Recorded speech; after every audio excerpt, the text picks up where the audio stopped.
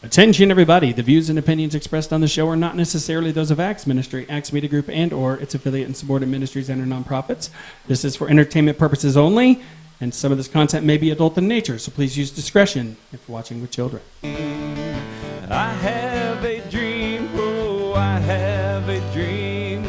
Red, white, and blue, fly free, fly free. I believe, oh, I believe. Will you dream with me?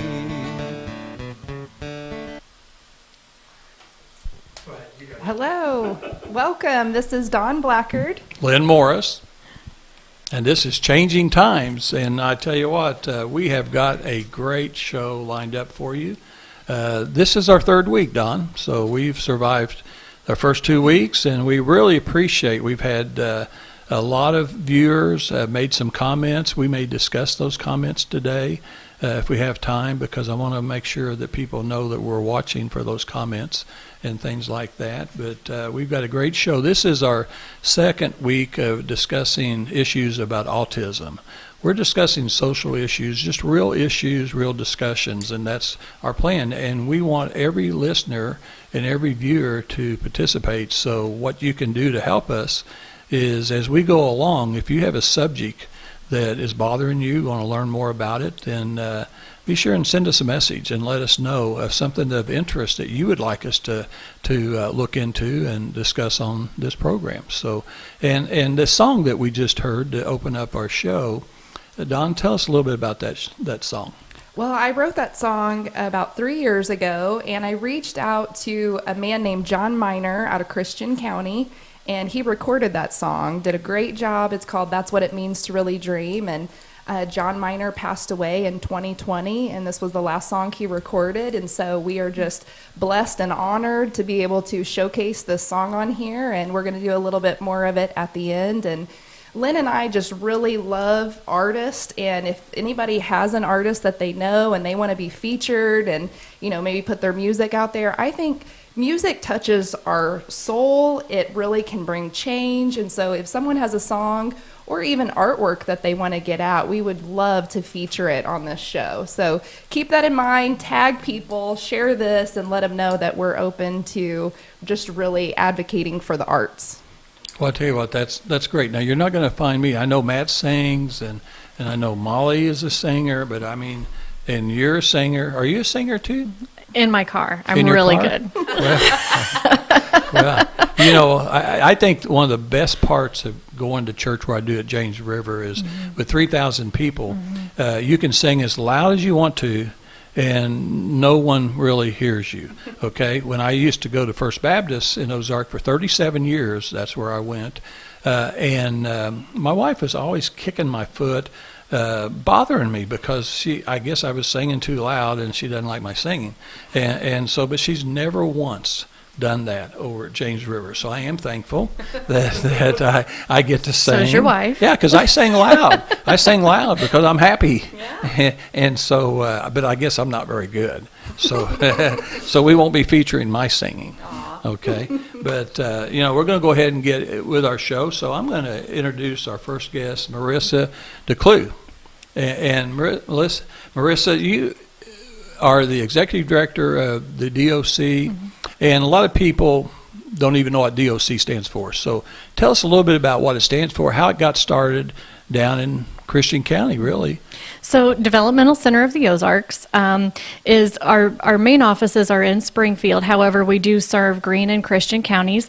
And you're right, the Hanks family was integral in starting DCO. Back then it was the Cerebral Palsy Center for Southwest Missouri. And that's really how we started, was by serving people who had cerebral palsy diagnosis and didn't have a place to go to school. This was pre those special education days and other services like that for kids who learn differently. And so we were their answer for that. And over time we've grown and just continued to respond to the needs that the community has.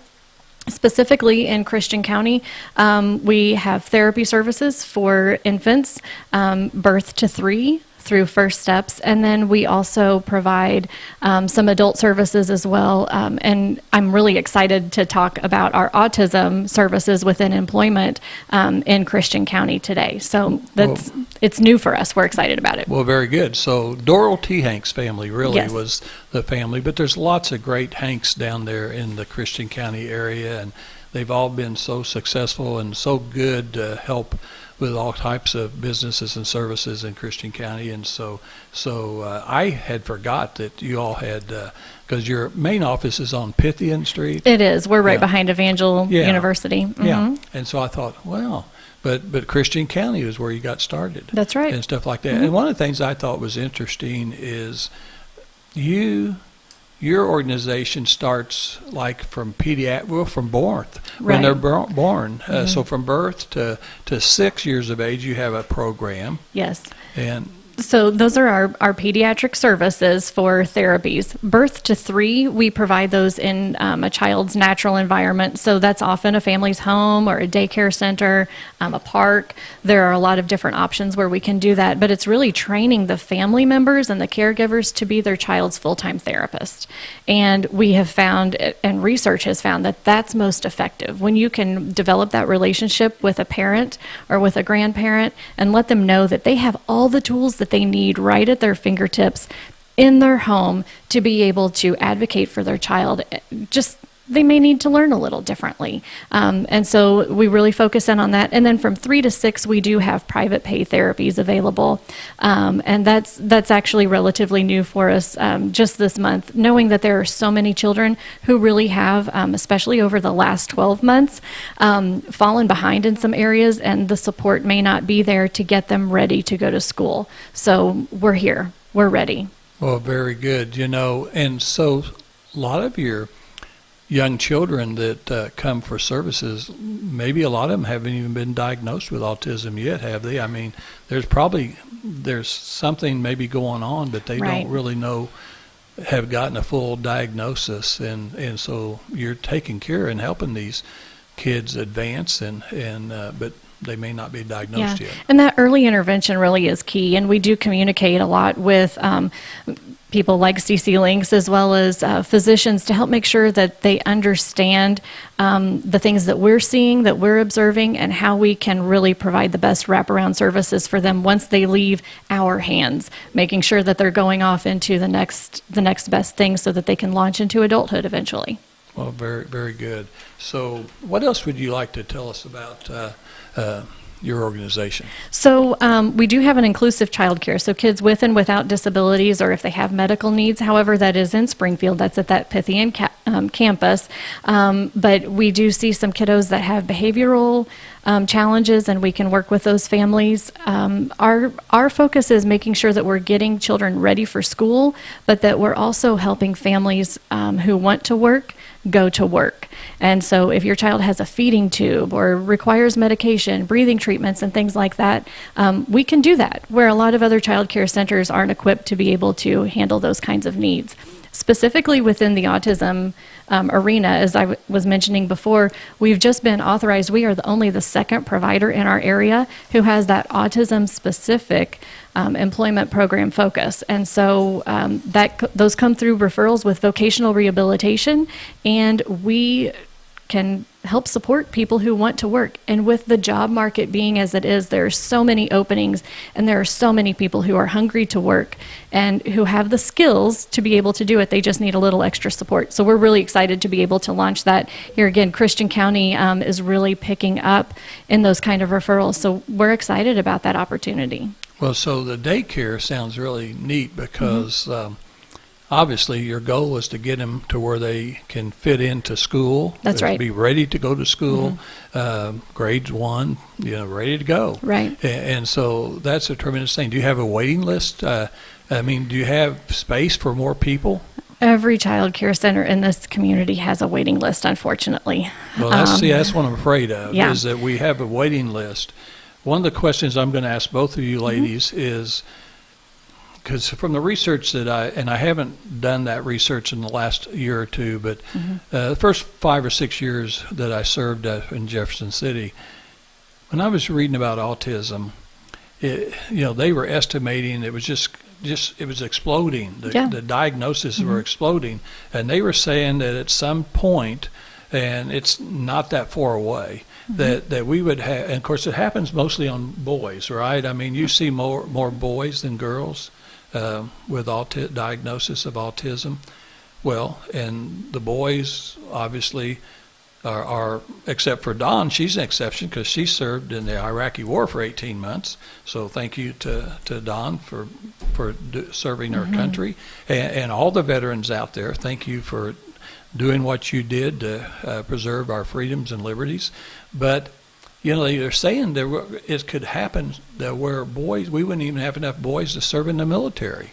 They were predicting that 4 or 5, 6 years ago. Wow. Are you still seeing where the cases are still going up, or is it kind of leveled off a little bit? As far as an autism diagnosis, I would say that CC Links may have a little bit of a different viewpoint in that what we really have seen is that there are more children being referred for services.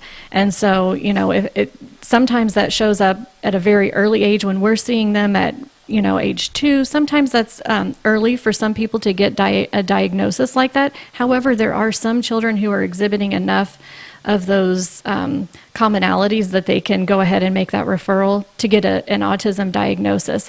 But we are seeing more children who are nonverbal, which is something that is typical. We're seeing a lot of children who have sensory processing issues, and that is something that does tend to go into an autism spectrum. Well, very interesting. We'll ask you too, Molly, that same question. Don, so one of the comments that I saw on Facebook of a viewer last week was the talk about, and all of us can weigh in on this, about the cost to a family. And one of the things that we had two really good guests last week. We had Jim Whining on, and then we also had Elizabeth Obrey, and so two great guests.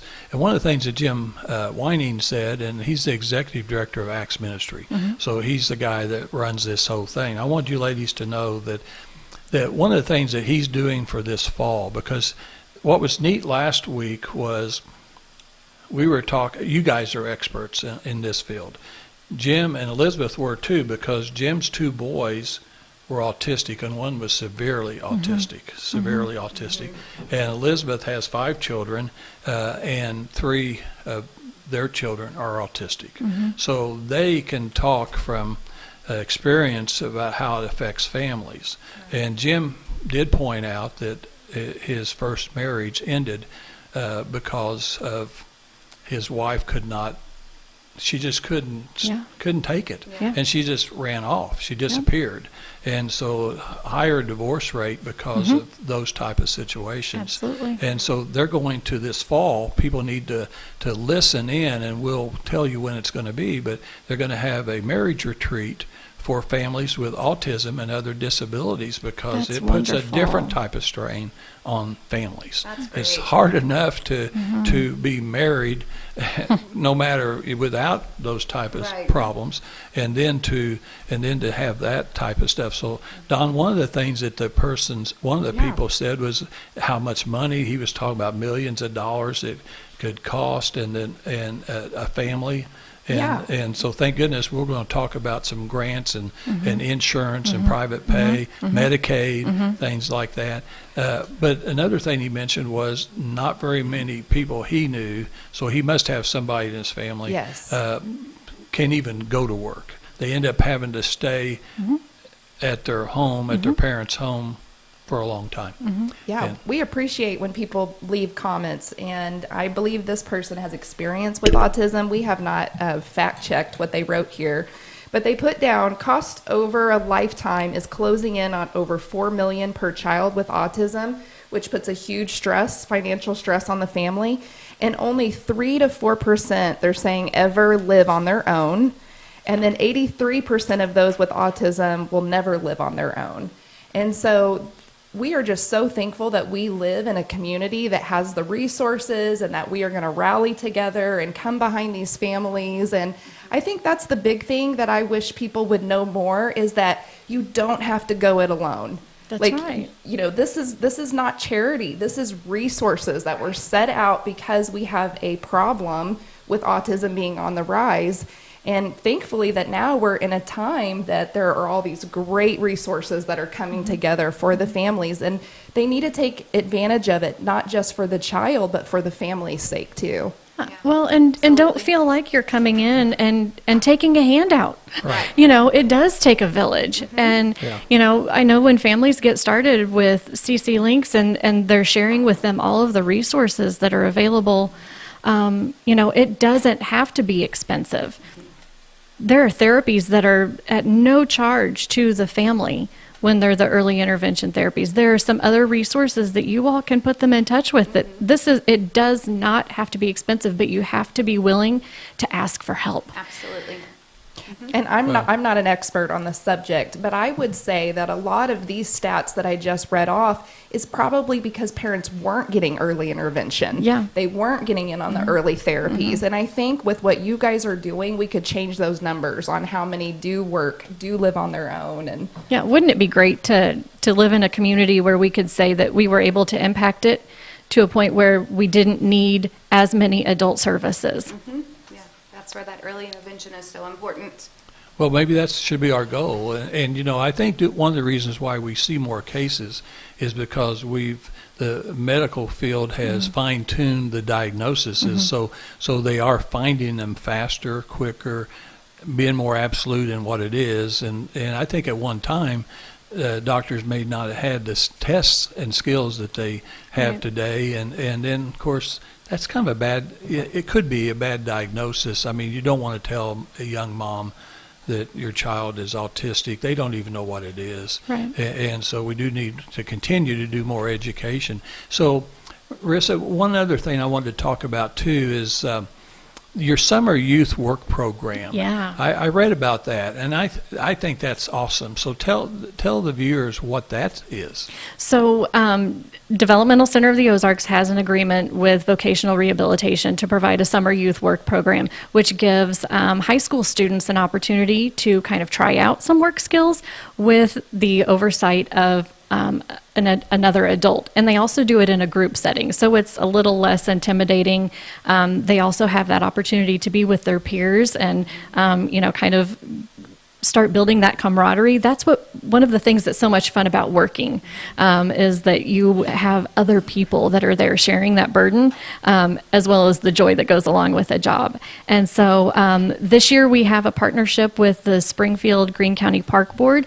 However, I'm really excited to say that we've been asked if we would expand that next year. And Well, great. you know, we're looking forward to being able to expand that not only into Christian County, but maybe another site in Greene County as well. There are enough young people and enough families that are asking for this because they don't want to settle or say, well, we don't think that our child's going to be able to work. If you don't give it a try, you're not really going to know what they're fully capable of. Right. You know, so we really want to support those kind of services. I do want to throw in that the other part of all of this is we've talked about that it's expensive, but it doesn't have to be. The other part that we really want people to understand from our perspective is that voters need to understand the issues and to also understand that if we can share this burden for families, you know, support those issues that come up that support education, that support your SB 40 boards like CC Links and like Abilities First. Those are so important to keep funding. And it's not just saying, here's more money, but to make sure that from a state level, that the rates are competitive. Hospitals are earning more. They are making more off of the same services that we're providing, but we're getting half the rate, and it's not right. And so, you know, we have to start speaking up and saying, our families deserve more. Our children deserve better. And it's going to have some money behind it. Well, I do agree. We need to legislate more money to organizations like you guys. One last thing, and then we're going to switch gear here. So how do people get a hold of you to find out phone numbers, Facebook? What do they need to do? So we're a lot of different places, but I would say that one of the easiest places to start is our website, and it's dcoonline.org. and you can find, or you can just search Developmental Center of the Ozarks, Missouri, and we'll show up on that search.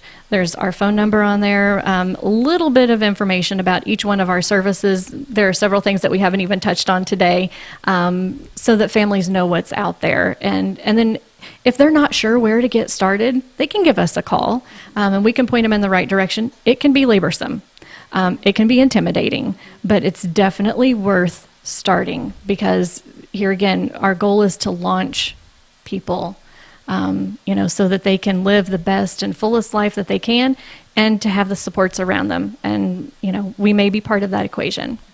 Well, Marisa, I tell you what, you are a wealth of knowledge, and I noticed that you kind of started at. You weren't the executive director when you first started. No, I wasn't. And so you've kind of grown into many different positions, haven't you? Yeah. And so I really appreciate that. People like you do make a difference, and these people are really important. I mean, I'm working with a lady that's virtually blind, that's been a lobbyist up in Jefferson City. She's going to be on another show of mine on a Friday that I do, and when we have Disability Month coming up later on this year. And she reminds me that about 1 out of 5 people in this country, that's 20% of the people, are disabled in some way. And so they are definitely important. They're definitely worth helping, and we have to do that. So I appreciate what you do. Thank We'll you. be back to you, but Okay. but I'm going to switch gears here and talk to Molly here for a second. So Molly, one of the things that I just wanted to ask you, what's the workshop that's over there in Nixa? What's it called? Christian County Enterprises. Yeah, Christian County Enterprises. Yes. I mentioned it this week, but I think it's last week, but I think it's still important enough. I need to mention again what you said, Marisa, about learning to work and be able to socialize with other people your same age, and kind of feeling that you've done something, you've accomplished something, and it's a tremendous goal to do that, a feeling to do that. Down at the Enterprise Workshop in Nixa, for years, my company, Family Pharmacy, we used to use plastic cassettes, and we would put medicines in those plastic cassettes, and every cassette was a different color code, and that stood for a different part of the day.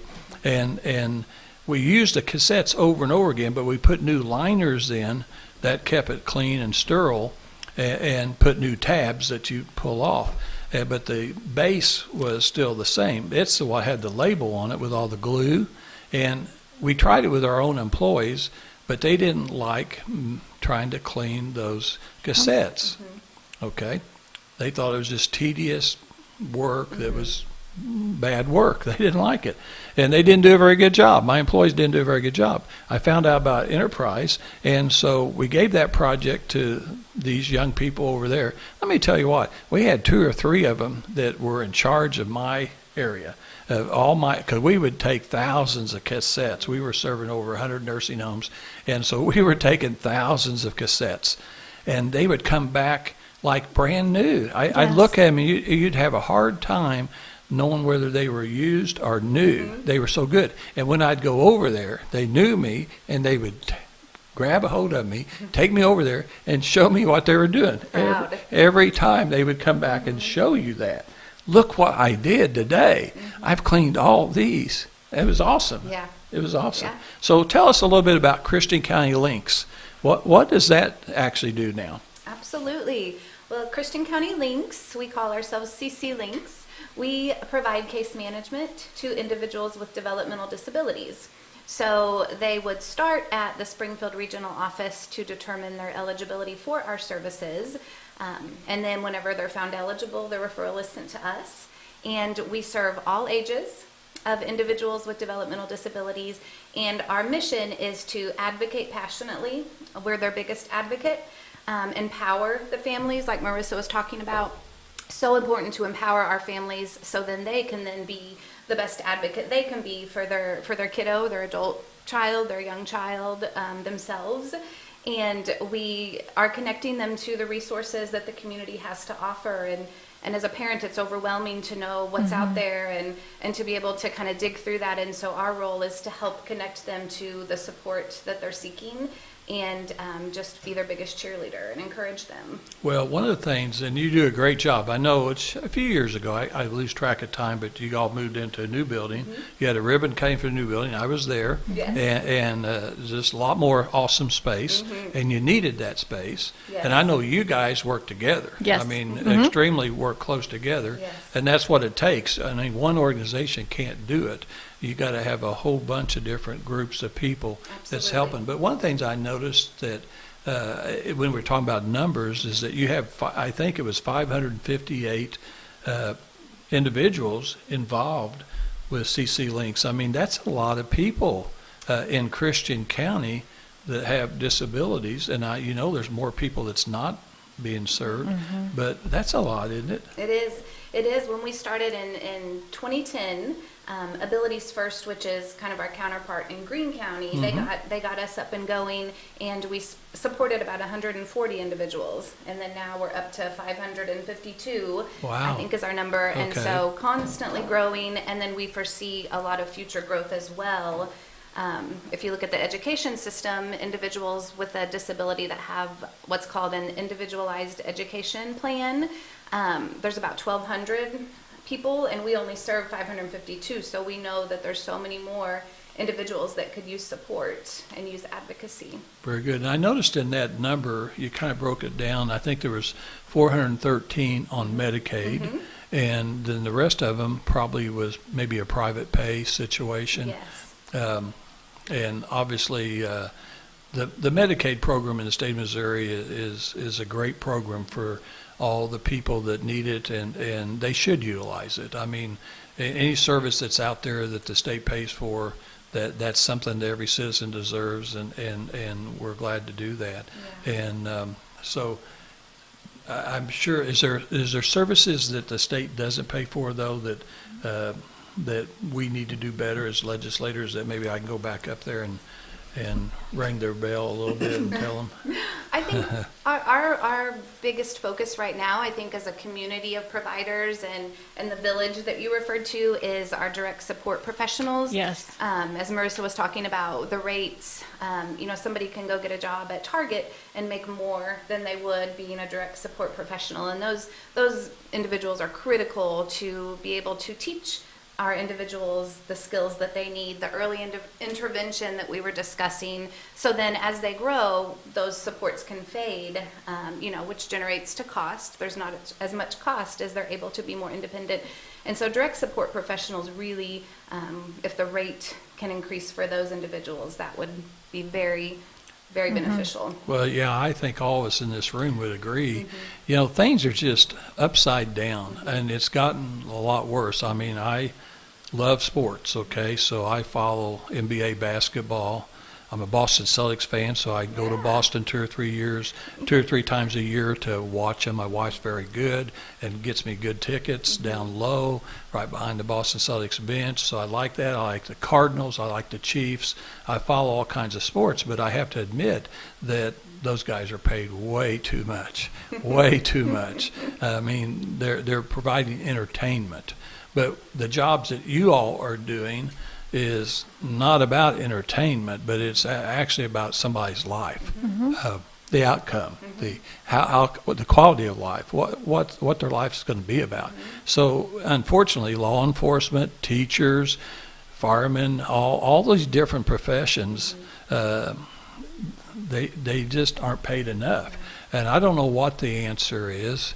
But somehow I pray that we will someday come to our senses and figure out how to pay all people the amount that they really deserve to be paid, because I do know that's a handicap for you all. I do know, because I've gone over to your place several times, and I know how hard, and I know your employees too, I know how hard they work, and now we're talking about the $15 minimum wage and things like this, and some people may be working really hard that's not even going to be under there, that's not going to be over there to that amount, and that's a problem.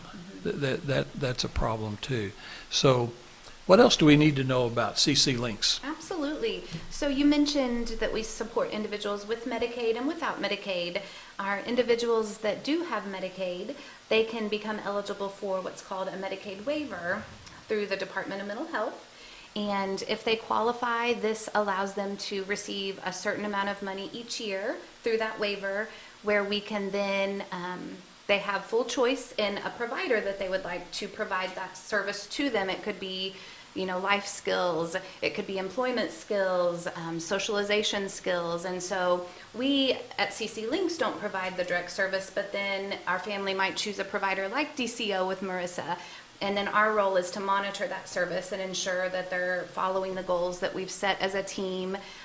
And so that's very beneficial to families that need that one-on-one support, somebody to come in and work with their child or work with them as an adult to build those skills. And so then that's where our goal is to see those supports fade and that individual gain more independence as they learn so much through working with a provider like DCO. And so that's one great benefit to have case management with CC Links, is we can get you connected to that waiver. As we're focusing on autism as well, another program is called the Southwest Missouri Autism Project, and it costs no money to the family. They just have to receive case management through us or through whatever county they reside in. So in Christian County, it would be CC Links. And because they're connected to us for case management, we refer them to that program. And that can be one-on-one support to develop life skills. It can be respite for the families, which is very much a need. Yes. As you were discussing, just the strain that it can cause on a family. Provides applied behavior therapy, which is that one-on-one, individuals with maybe really extreme behaviors, just how can I function day to day safely and ensure that those around us are safe. And so that program offers many, many different services, and that's free to the family, so they don't have to go through insurance or private pay, which is a great service, and we're happy to be able to connect them to that. Well, that sounds like an awesome program. So how do people find out more about CC Links? What do they do? How do they call you? How do they look up things? Yeah, absolutely. Well, we do have a website. You can Google CC Links. We have a Facebook and Twitter account, so you can look on the social media platforms. You can always call our office. It's 494-4982 is the phone number. You could always call myself. 616-4227 is my phone number, and reach out to us that way. The Springfield Regional Office that I referred to, where you would start that eligibility process, their phone number is 895-7400. And so we are happy to get you started just with becoming eligible. We do just support people with developmental disabilities, but we also support people with dual diagnosis, so they may have a mental disability as well. And so we are happy. So you're another wealth of knowledge. We're going to be running out of time, but I do want to ask both of you the same question. And then Don's going to be talking about our show next week. But during this last year with COVID, did that affect the services, that you all gave out? They weren't able to come into classrooms as much. You had to do a lot of things virtual. Is that right?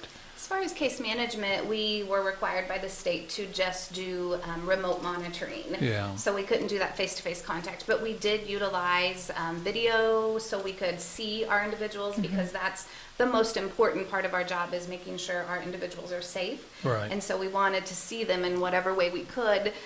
We even did some look from the car and say hi from the window so we could see our folks. So as far as case management, we had to do everything in that form, and then Marisa can speak more to that direct Right. support. So you're the same way? Wow. Lots of changes. We don't have the time for that. But I will say that, we were closed for 8 weeks, where we weren't able to provide any services at all. Right. And so that was very difficult. But the people that we're working with do have compromised immune systems, and so they fell in that first tier of people who were eligible to be vaccinated, because thankfully, people recognize that this is a sensitive population, but it definitely had a negative impact on our bottom line, and it made it very difficult to even attract people to come back. So that has been a very slow process of people returning, feeling safe to come back. And finally, we are at about 90% within our adult services program. Our child care program was considered essential, so that was almost overnight. But it's been a real thing. Well, and maybe we can talk about fundraising, but I just want to make a mention because of what you said. I mean, all of us out here, I mean, we're praying that we get back to a more new normal, which is closer to our old normal. And because I've got a little granddaughter that's all my grandchildren go to Nixa, and it's a great school. And one of them, though, is a special needs granddaughter who's born with a shadow on the chromosome. So why that would happen, no one knows, but 1 in a few million chances. And so she goes to, has great special needs teachers over at Nixa. But when school was out at Nixa last year, thank goodness they went back to school this year, but last year, because she was diagnosed of never being able to speak, and her balance was so bad, and so she wasn't very good at walking. But through the teachers at Nixa, she got to the point where her balance, her gait, her walk was much better, and she wouldn't fall into our swimming pool. She knew how to walk around, and then her talk. There was several years where I couldn't understand Jant and I couldn't understand what she was saying. Now her mom and her sisters might understand better because they're with her 24 hours a day, but over time, it got to be where I could understand what she was saying. And when school was called off last year, she got to a point where she was trying to talk, but she talks so fast and runs everything together, you couldn't understand it. So I thought, man, she is really regressing.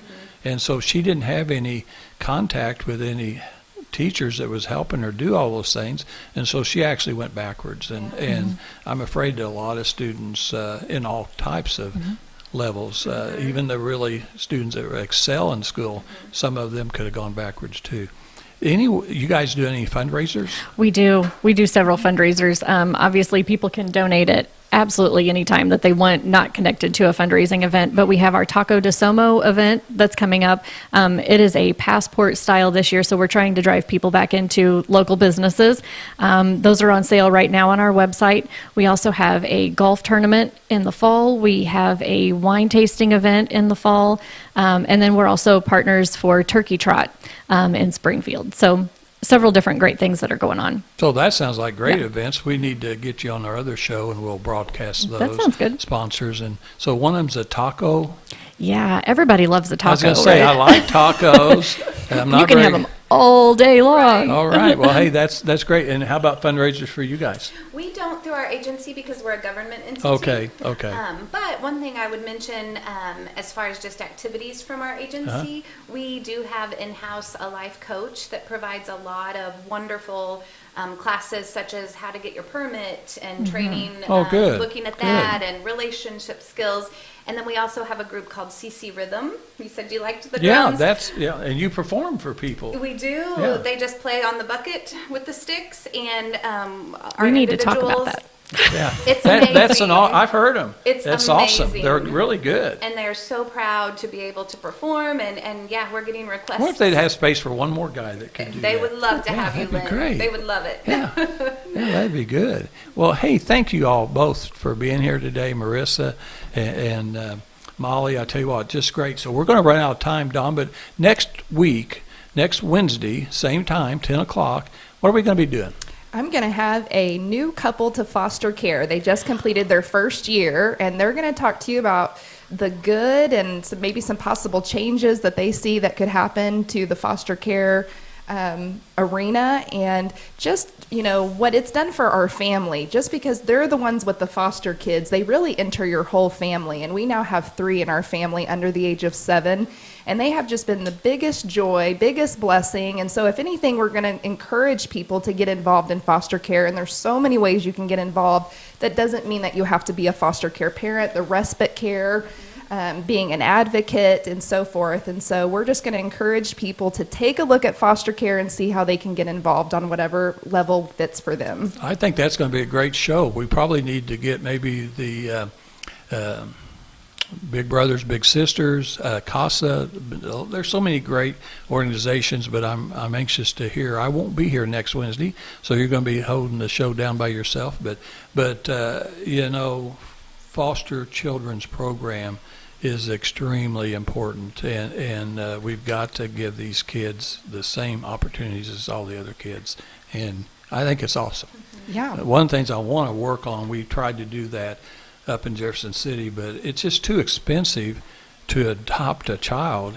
I mean, it's just, I can't understand why it costs so much money. I've had several of my friends that have adopted children, and thank goodness they could afford it, but even the ones that could afford it, it's still a lot of money. And I don't understand all that. We need to make it for the people that love children, want a child, they need to be able to do that a little easier and a little bit less costly. But anyway, so... Well, I think we have a minute if we want to talk about Lincoln Days, Oh, since yeah, we were well, both at that. Yeah, well, what was your impression of Lincoln Days in Christian County? Well, I was very impressed with the way that Josh Hawley stood in a very small square and was able to talk to every child, every youth, every elderly person that had anything that they wanted to say to him. And then I was really impressed with the governor's speech. You know, just what's really going on in our state that is not making the news is just incredible, of the strides we're making and how great our state is doing. And to be able to see that we really do have a united front and that we really are fighting for freedom, and we're not too far gone, it's not too late, but everyone has to do their part. We all have to come together and, you know, stand up for the values that this country was founded on and our Constitution. And, you know, I'm just really thankful to be an American, and I'm a patriot, and no one's ever going to take that away from me. No cancel culture, nothing's going to stop, you know, the red, white, and blue flying free in my yard. So it was just a really good event. Well, very good. It was an awesome event. I got to introduce everybody, and Senator Hawley was awesome, and he is definitely a rising star in the Republican Party. You can better believe he'll either be a vice president or a president of this country someday. I really, truly believe it, and that's why he's being attacked so much. And Governor Parson, you're exactly right. What you see is what you get. He... Right now, on nice evenings, he and his wife, the First Lady, are in rocking chairs out there on their front porch. No governor's ever done that in 100 years. And so they're out there waving, and people are walking down the sidewalks. Is that the governor? Is that the governor? And they're just out there waving to people, just kind of talking like a husband and wife would. And it's pretty cool. So we had a great turnout. Greene County had a great turnout. We'll be back next Wednesday. Thank you very much. Can I get a hoorah from a patriot like me? Can I get an amen? Do I hear a hallelujah?